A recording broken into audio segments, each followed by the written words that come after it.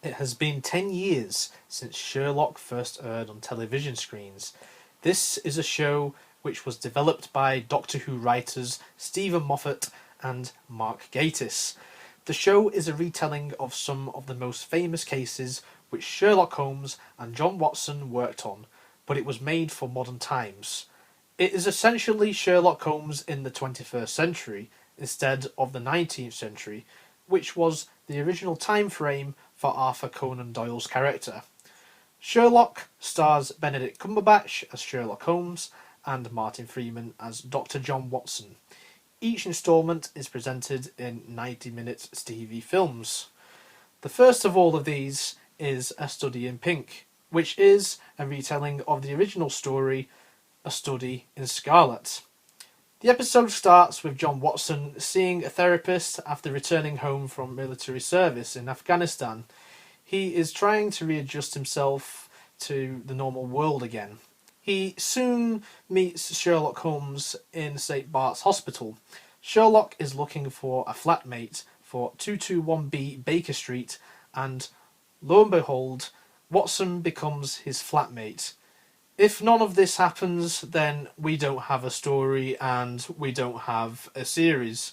Meanwhile, there has been a series of suicides which has taken place over the course of a few months in London, and they all seem to be connected to a taxi driver. Inspector Lestrade, played by Rupert Graves, is trying to solve the mystery, but he and his peers are made to look like arseholes as they receive text messages telling them that they are wrong. In other words, the way that they're going about things is not the right way, and Sherlock just completely owns them. One of the things which I always loved about this show is the use of on-screen messages, whether it's through text messages or when we get to see the world of Sherlock's mind palace. It is one of the assets of the show, especially in this episode. After a fourth suicide has taken place, Lestrade fetches Sherlock and his new flatmate Watson to the scene of the incident. Unlike the previous three, this victim left a note. This is how Watson becomes Sherlock's assistant. Sherlock is just like, "You are my assistant, come with me," and that's it. Watson needs something in his life, and this is it. He gets a thrill from it. From here, we see Sherlock's powers of deduction come into play here. From working out everything about Watson's involvement in Afghan to examining the crime scene, the visual cues and the acting from Benedict Cumberbatch makes this work so well. Sherlock soon realises that there is a pink suitcase missing from the person and that these suicides are in fact serial killings. He leaves the scene without Watson. Watson then finds a few telephone boxes ringing on the streets of London. He ignores them before eventually picking one up. He is summoned by Mycroft Holmes, played by Mark Gatiss, who has a surveillance of the whole of London. On first viewing all those years ago, it was not revealed at first who Mycroft was. When he described himself as Sherlock's enemy, I presumed it was Moriarty, but it was not. Why Mycroft never formally introduced himself to John, I will never know. I suppose it was to keep me guessing. Oh well. Back at 221B, Sherlock shows Watson his detective skills after finding the pink case, which was abandoned by the killer. But the killer still has the victim's phone. They soon discover that it was the taxi driver. Sherlock and the cabbie then have a face-off. The cabbie informs him that he knows who he is because of the website he curated.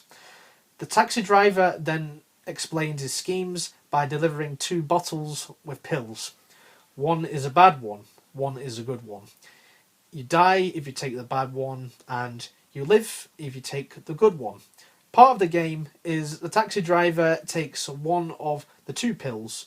Each of the previous 4 times the taxi driver has took the right pill. The reason for all of this is because the taxi driver is dying because of a aneurysm. So he's decided to become a serial killer because, like you do. That way he outlives a few people.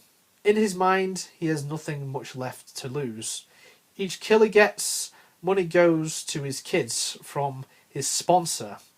I wonder who his sponsor could be. After much deliberation, Sherlock decides on which pill to choose. This was the big reveal. Was Sherlock right? Well, guess what? We never find out, because Watson saves the day by shooting the cabbie.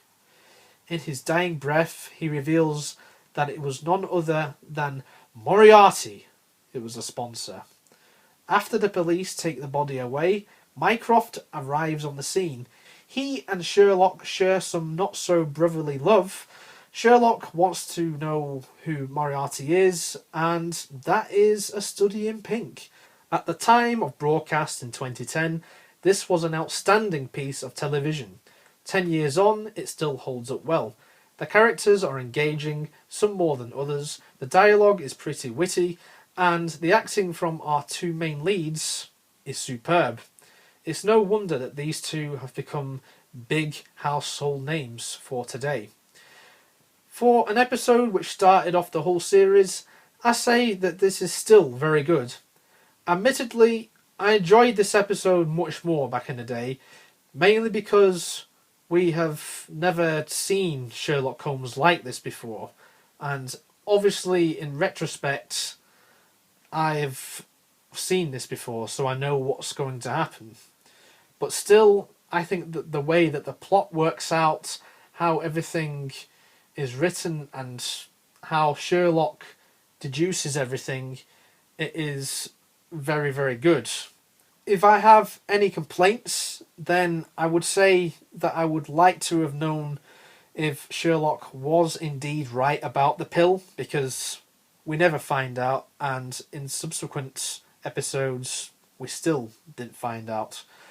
Also, Watson just goes with it in this. I feel like he became involved so easily, so it's not like it's a bad thing or anything, but I feel like maybe there could have been a little bit more, perhaps.